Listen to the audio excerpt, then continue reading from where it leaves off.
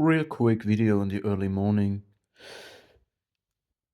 You see, I don't use any artificial intelligence to enhance my video, or I am not an artificial intelligence, so this is a very natural way to transport my message, and you can be sure in the future I will never use this. So, yeah, just to point this out as a sign of authenticity and quality, rather. Um, I don't even cut my videos at all, therefore you see all the quirks. So I realized that there is a difference, of course, in the nature of how abuse is presenting to you an individual part of it, which means every abuse is custom tailored to you. So you have a part of it. This is also why we have to take responsibility for the abuse that we suffer and cut it off completely by changing our own position and find a way to cut it off. So we have to ask, why does it happen to me? Why did it happen to me? Why does it keep happening to me? In my case, I'm a man, and therefore the abuse that I suffer was very subtle and covert and coercive control-ish. In other words, nobody can face me and threaten me physically. I waited for this some time, that I get a chance to retaliate this most natural way, and this never happened, obviously. This is why my channel is specialized in the subtle, covert, hidden forms of abuse. Yeah, I just wanted to point this out.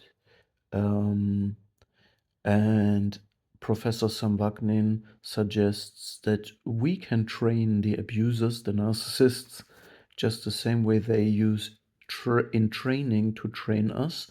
The narcissist rewards bad behavior, like destructive behavior in general, and punishes good behavior, behavior that also the narcissist punishes trauma responses that lead you out of trauma and rewards trauma responses that keep you stuck in it.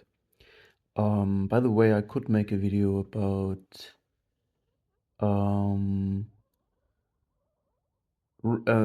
like results of of exposure to narcissist and psychopath, like dissociation and other mental struggles that victims of this abuse can go through.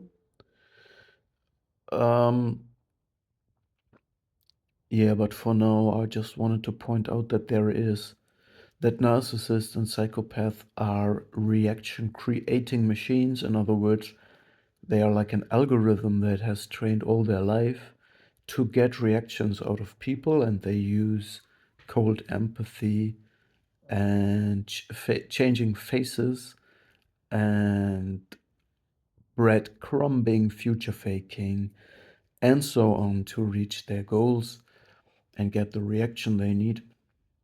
So there is a very individual part, and all I can say is it's all about getting completely independent and indifferent and rooted in a new social network to deal with this from another perspective. This changes the power structure and the perspective. When you're dependent of them in any way, they can use the coercive control and your emotional attachment to them. So we need to get detached.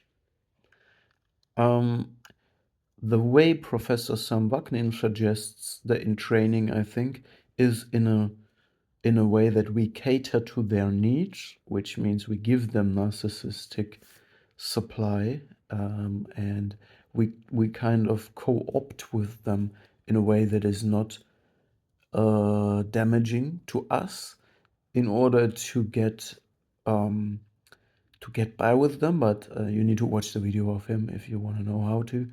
I have another way.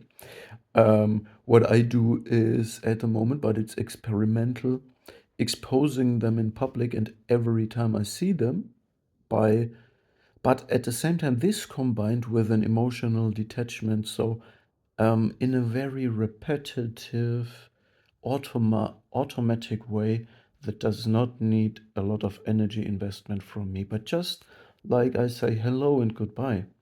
It's just showing them their psychopathic behavior patterns, calling them out, speaking about the past the way it really was, and that's all I do, so that they start um, treating me in a way that I don't have to do it anymore. That's my idea, but I don't know how successful it is. But it's better than accepting parasites and psychopaths around you, right? It's just better. So that being said, have a safe day, and it's Monday. We gotta get it. We gotta get it going.